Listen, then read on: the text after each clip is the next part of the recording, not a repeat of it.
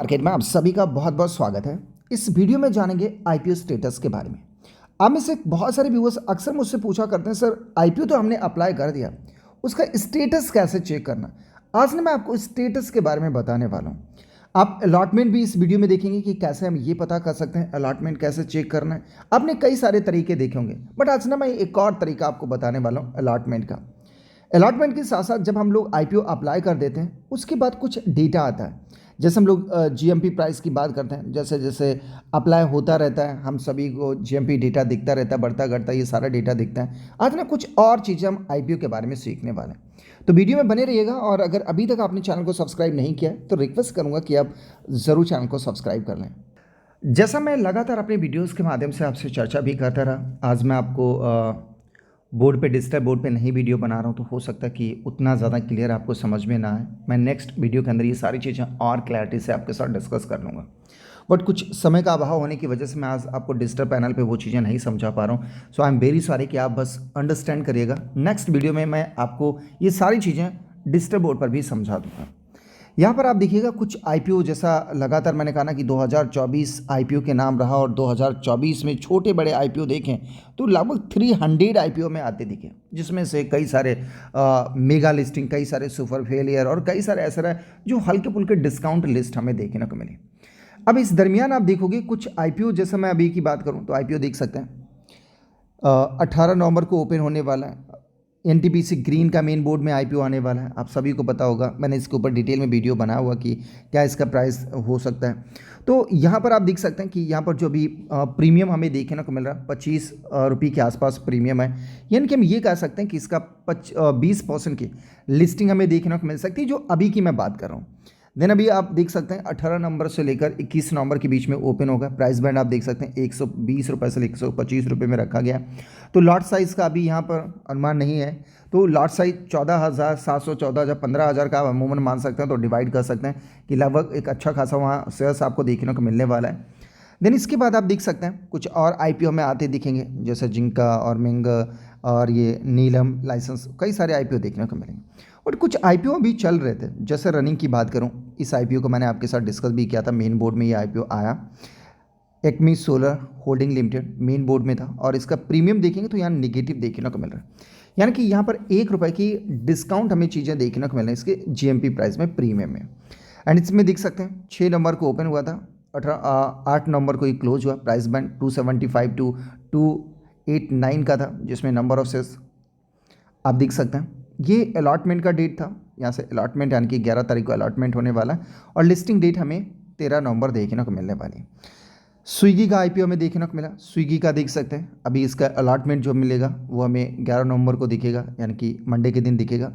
लेकिन आपने ये देखा होगा सगलिटी, अब ये जो आईपीओ है ना, इस आईपीओ से लेके मेरे से कई सारे लोगों ने मैसेज किए थे, और खासकर आपने देखा होगा ऐसे आईपीओ रिटेल इन्वेस्टर्स काफ़ी पार्टिसिपेट करते हैं इसके प्रीमियम को देखकर, क्योंकि इसका प्रीमियम देखेंगे तो यहाँ पर एक बहुत छोटा प्रीमियम था, जैसा आपने देखा 28-30 रुपये के बीच में था, और पर लॉट में 500 शेयर्स थे।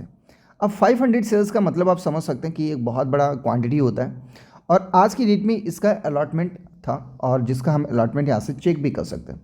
अब हम इस वीडियो में यही चीज़ें चेक करने वाले हैं, और इस आईपीओ के ऊपर हमें क्या करना है, क्लिक करना है। जैसा आप यहाँ से देख सकते हैं, मुझे कुछ हमारे व्यूवर्स ने डेटा भी दिया कि सर मेरा आईपीओ आप चेक कर सकते हैं कि मुझे अलॉटमेंट हुआ या नहीं हुआ। मैं आपको लाइव अपडेट भी देने वाला हूँ। मैं कई सारी वेबसाइट भी बताऊँगा कि आप कहाँ कहाँ पे ये सारी चीज़ें चेक कर सकते हैं, वो भी मैं आपको बताऊँगा।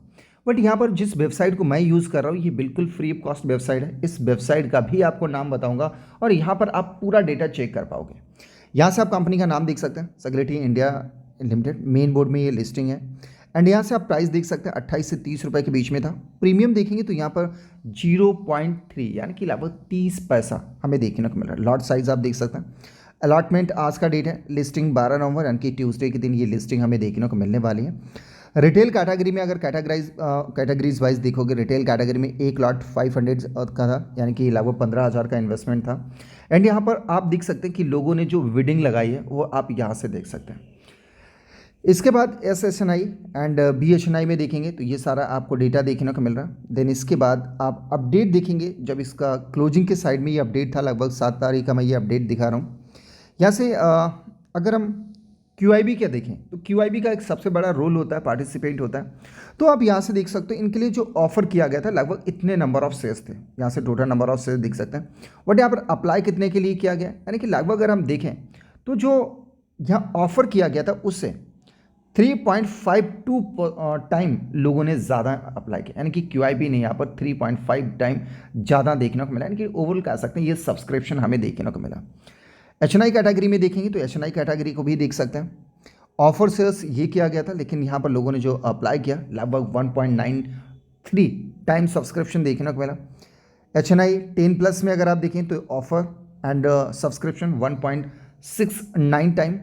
एंड आप रिटेल कैटेगरी की बात करेंगे, हम आप लोग अपनी कैटेगरी की बात करें तो यहाँ से देख सकते हैं जो ऑफर किया गया था लगभग उससे 4.16 टाइम ज़्यादा सब्सक्रिप्शन हमें देखने को मिला। अब समझ में ये देखना चाहिए कि रिटेल इन्वेस्टर्स ने सबसे ज़्यादा पार्टिसिपेंट यहाँ पर किया है। आप इस चीज़ को नोटिस कर सकते हैं कि सबसे बड़ा जो पार्टिसिपेंट है वो रिटेल कैटेगरी में 4.16 टाइम। एंड इसके बाद एम्प्लॉयज़ का देखोगे तो एम्प्लॉयज़ ने 3.75 टाइम किया।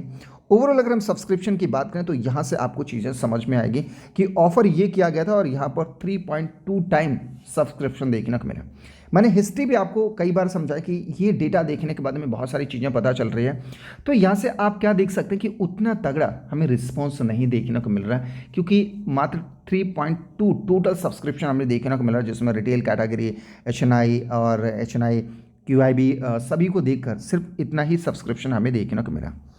एंड इसके बाद आप इधर आ सकते हैं, application wise backup and approx number of apps में देखेंगे तो यहाँ पर देख सकते हैं कि प्लस 10 लाख प्लस अगर हम देखें तो रिजर्व रखा गया था, उसमें अप्लाई देख सकते हैं ये हुआ लगभग 0.28 टाइम हम देख सकते हैं। एंड 2 पॉइंट से लगभग 2 से 10 लाख के बीच में, तो वहाँ से रिजर्व था जिसमें ये देख सकते हैं 2.26 टाइम हमें सब्सक्रिप्शन देखने को मिला। रिटेल कैटेगरी में देख सकते हैं कि यहाँ पर लगभग 4 गुना हमें सब्सक्रिप्शन देखने को मिल रहा है। IPO प्रीमियम में यहाँ से पूरा डेटा देख सकते हैं और मैं आपको यहाँ से चीज़ दिखाना चाहता हूँ और ये मैं आपको एक एक चीज़ें समझाऊंगा। सब्सक्रिप्शन अगर आप करोड़ वाइज देखेंगे तो QIB के लिए जो ऑफर किया गया था वो लगभग 630 करोड़ का था, जिसमें डिमांड हमें देखने को मिला। तो सब्सक्रिप्शन आप देख सकते हैं 3.5 टाइम सब्सक्रिप्शन देखने को मिला, यानी कि कह सकते हैं जो 630 करोड़ का जो यहाँ पर ऑफर किया गया था वो लगभग 2216 करोड़ का यहाँ से देखने को मिल रहा है, यानी कि पार्टिसिपेंट हुआ लेकिन बहुत बड़ा पार्टिसिपेंट नहीं। इसके बाद आप देखेंगे HNI कैटेगरी के लिए रखा गया था लगभग 315 करोड़ का, ये टोटल अगर मिलाकर हम देख लें तो एक बड़ा पार्टिसिपेंट था। लेकिन रिटेल कैटेगरी में 210 करोड़ के आसपास था, वहाँ एक अच्छा पार्टिसिपेंट 874 करोड़ के आसपास, जहाँ 4.16। एंड ओवरऑल देख सकते हैं कि 1161 करोड़ यानी कि 1161.91 करोड़ का ऑफर था, जो लगभग 3720 करोड़ का हमें देखने को मिल रहा है। तो एक कह सकते हैं कि यहाँ पर जो बिडिंग लगाएगी एक बड़ी बिडिंग है 3.2, लेकिन उतना बड़ा हम नहीं कह सकते कि जिसमें बहुत बड़ा यहाँ पर सब्सक्रिप्शन देखने को मिल रहा हो, जिससे हम ओवरऑल देख सकते हैं। यहाँ प्रीमियम QIB का और ये सभी का डेटा देख सकते हैं। अब मैं आपको वेबसाइट की बात करता हूँ। ये वेबसाइट है, इसको आप यूज़ कर सकते हैं और फ्री कॉस्ट वेबसाइट है, इस वेबसाइट को भी आप यूज़ कर सकते हैं IPO प्रीमियम। इस वेबसाइट पर जाकर आप किसी भी कंपनी का डेटा निकाल सकते हैं। लाइक अगर मैं इस टाइम पे बात करूं या और आप अफस्कॉन की बात करेंगे तो यहाँ से आप देख सकते हैं इसके लिस्टिंग हो ही चुका है। यहाँ से आप देख सकते हैं लिस्टिंग का अगर मैं आपको दिखा पाऊँ तो 4 नवंबर को ऑलरेडी हो चुका लिस्टिंग, और यहाँ से इसका पूरा आप डेटा देख सकते हैं। तो ओवरऑल अगर यहाँ पर भी देखोगे उतनी बड़ी लिस्टिंग नहीं रही, जैसा मैंने आपको बताया भी था पिछले वीडियो के अंदर। और यहाँ सब्सक्रिप्शन देखोगे ओवरऑल कितना सब्सक्रिप्शन था, ऑफर और सब्सक्रिप्शन 2.77, यानी कि बड़ा सब्सक्रिप्शन नहीं था। और इस वजह से हमने देखा भी कि मार्केट के साथ इस स्टॉक का क्या हाल देखने को मिला। अब मैं आपके साथ ना कुछ और डेटा दिखाना चाहता हूँ। मैं ये इसलिए कहता हूँ कि हम जब भी IPO अप्लाई करें तो हमें हमेशा ये डेटा को रीड कर लेना है और इस डेटा के बेस पर हम कई सारी चीज़ें निकाल सकते हैं। अब मैं बात करूँगा यहाँ से सगलिटी की कि हम कैसे चेक कर सकते हैं कि मुझे अलॉटमेंट हुआ या नहीं अलॉटमेंट हुआ। तो इसको कैसे चेक करना अपन को वो देखिए। इसके लिए आप कई सारी वेबसाइट की हेल्प ले सकते हैं, जैसे लाइक आपको गूगल पे आना है और सिर्फ इतना लिखना है IPO अलॉटमेंट स्टेटस, एंड आप इसको क्लिक करेंगे तो बहुत सारी वेबसाइट्स मिलेगी। केफिन एक बहुत चर्चित वेबसाइट है। इस वेबसाइट पर जाकर आप डेटा देख सकते हैं। बीएसई की वेबसाइट पर जाकर आप डेटा देख सकते हैं। एंड चित्तौड़गढ़ की वेबसाइट पर भी जाकर आप ये डेटा देख सकते हैं। यहाँ से आप विक सेल्स पे भी जाकर अलॉटमेंट का स्टेटस देख सकते हैं। तो कई सारी वेबसाइट हैं जहाँ पर ये आप डेटा देख सकते हैं फ्री ऑफ कॉस्ट। लेकिन मैं कहूँगा ना कि अगर आप आईपीओ प्रीमियर पर जाते हैं, ये भी फ्री ऑफ कॉस्ट है, मैं कोई यहाँ पर एडवर्टीजमेंट नहीं कर रहा हूँ। अगर इस पर भी जाएंगे तो यहाँ पर भी आपको वही डेटा देखने को मिलेगा जो उधर हमें डेटा देखने को मिला। साइड में आप इधर देखेंगे तो इधर आपको डेटा दिखेगा और इसके ऊपर आपको क्लिक करना है। देन यहाँ पर आपको डालना है, सर्च करना कंपनी का नाम, जैसे सिक्योरिटी। पैन नंबर से चेक कर सकते हैं आप, application number, DP and account number, IFSC code डालकर भी आप ये डेटा चेक कर सकते हैं। तो यहाँ पर मैं कहूँगा कि पैन नंबर से ही मैं चेक करूँगा। तो मैं यहाँ एक पैन फिल कर लेता हूँ। कुछ सिक्योरिटीज़ की वजह से मैं आपको पैन नहीं दिखाऊँगा, बट मैं आपको दो चीज़ें दिखाऊँगा कि अलॉटमेंट में कैसा दिखता है और विदाउट अलॉटमेंट पे कैसा हमें ये डेटा देखने को मिलता है। तो सबसे पहले एक अलॉटमेंट वाला देख लेते हैं कि कैसे अलॉटमेंट हमें समझ में आता है। तो हमने यहाँ पर क्या किया, पैन कार्ड नंबर फिल कर दिया और जो भी मेरे व्यूअर्स ने मुझे डेटा दिया था वो मैंने पैन कार्ड यहाँ पर फिल कर दिया है। अब मैं आपको यहाँ से, जैसे आप सबमिट के ऊपर क्लिक करोगे, देन आपको वो यहाँ से देखने को मिल जाएगा। यहाँ से देख सकते हैं सोल एंड फर्स्ट अप्लीकेंट, यानी कि जो भी कस्टमर्स का नाम था वो कस्टमर का नाम है। यानी इन्होंने अप्लाई किया था 1000, यानी कि 2 लॉट के अंदर अप्लाई किया था।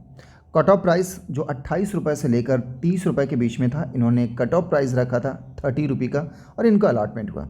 यहाँ से आप सिक्योरिटीज़ अलॉटमेंट देख सकते हैं। तो 500 शेयर्स अलॉटमेंट हुआ है, यानी कि 1 लॉट इनको अलॉटमेंट हुआ है। अब इनका जो एडजस्टेड अमाउंट है वो 15,000 है, यानी कि 2 लॉट के लिए इनको 30,000 रुपये का इन्होंने यहाँ पर फिल किया था 2 लॉट के लिए, क्योंकि 1 लॉट का 15,000 था। तो ओवरऑल इस तरीके से आप स्टेटस देख सकते हैं। कहीं पर भी ये स्टेटस आपको, जैसे आप चेक करोगे हर जगह ये इस तरीके से स्टेटस दिखाएगा। अब मैं आपको एक और दिखाता हूँ कि बहुत सारे लोगों की कन्फ्यूजन रहते हैं कि कैसे। मैं आपको तीनों वेबसाइट के थ्रू भी दिखा दूंगा अगर आप बताएंगे तो। यहाँ से देख सकते हैं अगर आपको अलॉटमेंट नहीं होगा तो आप यहाँ से सोल, कस्टमर्स का नाम एंड कितने लॉट्स के लिए, कितने शेयर्स के लिए अलॉटमेंट किया था, कट ऑफ प्राइस रखा गया था। अलॉटमेंट में आपको 0 दिखेगा, एडजस्टेबल अमाउंट आपका 0 दिखेगा, यानी कि आपको ये अलॉटमेंट नहीं हुआ, जैसे आपको इधर 0 दिख जाता है। अब मैं अनदर वेबसाइट की बात करता हूँ। अगर आप यहाँ पर यूज़ करते हैं केफिन वेबसाइट को तो आप केफिन के ऊपर आ सकते हैं और इसके ऊपर जैसे क्लिक करेंगे तो कुछ इस तरीके से आपको वेबसाइट्स दिखेंगे, जिसमें लिंक 1, लिंक 2, किसी भी लिंक के ऊपर हम क्लिक कर लेते हैं। दैट सपोज मैं कहता हूँ 1 लिंक पे क्लिक किया और यहाँ से आपको सिलेक्ट करना है कि किस आईपीओ के बारे में आप जानना चाहते हैं। जैसे यहाँ से देख सकते हैं कि इधर क्या हमारा आईपीओ आया, नहीं आया, तो मैं क्या करता हूँ दूसरी लिंक के ऊपर जाता हूँ, वहाँ से देख लेता हूँ क्या हमारा वो आईपीओ इसमें हमें देखने को मिल रहा है, नहीं देखने को मिल रहा है। मैं क्या करूँगा, तीसरी लिंक के ऊपर भी जाऊँगा। क्या इस तरीके से मुझे अगर आज में कोई ऐसा अलॉटमेंट दिख रहा होगा या ऐसी कुछ मेरी कंपनी दिख रही होगी, देन मैं यहाँ पर चेक कर सकता हूँ सभी लिंक्स के ऊपर कि क्या यहाँ पर वो डेटा आ चुका है इस वेबसाइट के ऊपर जिसको मैं चेक करने वाला हूँ, राइट। तो यहाँ से भी देख सकते हैं वो वेबसाइट हमें नहीं दिख रहा है, यानी कि वो कंपनी का नाम नहीं दिख रहा है। तो केफिन पे मोस्टली क्या होता है ना, थोड़ा सा लेट आता है, आप देखेंगे। या मैं कहता हूँ इस वेबसाइट पे नहीं है तो मैं क्या करूँगा, बीएसई की वेबसाइट पे चला जाऊँगा। बीएसई की वेबसाइट पे आओगे और यहाँ से आपको दिखेगा इस जगह पे अलॉटमेंट स्टेटस चेक। मैं क्लिक करूँगा इस जगह पे तो मुझे कुछ इस तरीके से ओपन होगा और मैं यहाँ पर सेलेक्ट करूँगा इक्विटी टाइप एंड यहाँ से मुझे कंपनी का नाम सेलेक्ट करने के लिए देगा और मे भी यहाँ पर आपको वो डेटा देखने को मिल जाए। जैसा आप देख सकते हैं इस कंपनी का हमें डेटा देखना है एंड यहाँ से मैं 2 चीज़ें दिया गया, एप्लीकेशन नंबर या तो पैन नंबर। तो किसी भी तरीके से आप सर्च कर सकते हैं। मैं क्या करूँगा, यहाँ से एक पैन नंबर डालता हूँ।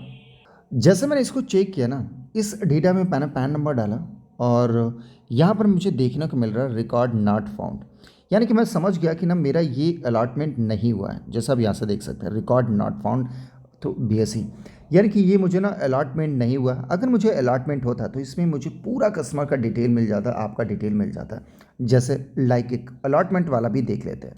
कुछ इस तरीके से आपको वो डेटा देखने को मिल जाएगा, जैसा आप यहाँ से देख सकते हैं। वही एप्लीकेशन मैंने यहाँ पर दिखाया, वो आप देख सकते हैं कि डेटा, और ये प्रोसेस तभी आपको दिखेगा जब कस्टमर ने बीएसई कैटेगरी के अंदर अप्लाई किया होगा, यानी कि वेडिंग बीएसई कैटेगरी के अंदर लगाई होगी। तो ये कुछ इंपॉर्टेंट चीज़ें थी जो मैंने आपके साथ डिस्कस किया। आप भी जब भी आईपीओ अप्लाई करें तो मैंने कई सारे वीडियोस बना कर रखे कि बिफोर आईपीओ कौन कौन सी चीज़ें हमें देखने को मिलनी चाहिए।